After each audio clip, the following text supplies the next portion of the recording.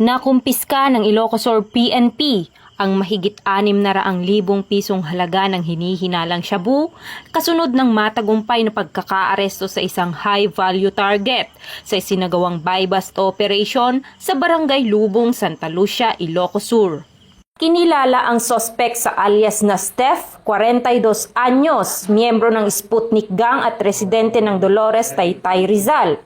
Siya ay naaresto sa isinagawang operasyon ng Santa Lucia Municipal Police Station, katuwang ang Ilocos Sur Provincial Intelligence Unit, Provincial Drug Enforcement Unit at 2nd Ilocos Sur Provincial Mobile Force Company sa koordinasyon ng Philippine Drug Enforcement Agency ng Region 1. Sa nasabing operasyon, nakumpiska ang 3 heat-sealed transparent plastic sachet na naglalaman ng tinatayang 100.94 gramo ng hinihinalang shabu na may standard drug price na 686,392 pesos kabilang ang buy-bust item.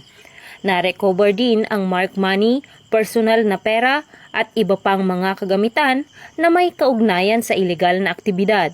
Ang sospek at ang nakumpiskang ebidensya ay nasa kustodiya na ng Santa Lucia MPS para sa kaukulang dokumentasyon at pagsasampa ng kasong paglabag sa RA 9165 o ang Comprehensive Dangerous Drugs Act of 2002. Pinuri ni Police Colonel Agosto M. Asuncion, Provincial Director ng Ilocos Sur Police Provincial Office, ang mga operatiba sa kanilang matagumpay na operasyon.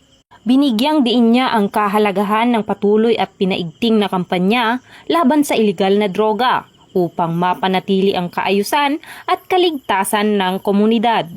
Sa huli, muling pinagtibay ng Ilocos Sur PNP ang kanilang matibay na paninindigan na ipagpatuloy ang mga agresibong anti-drug operations bilang bahagi ng layuning makamit ang isang ligtas, mapayapa at drug-free na komunidad.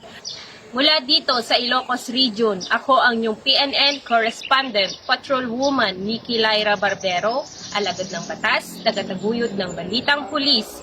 At ito ang bagong PNP para sa bagong Pilipinas, serbisyong mabilis, tapat at nararamdaman.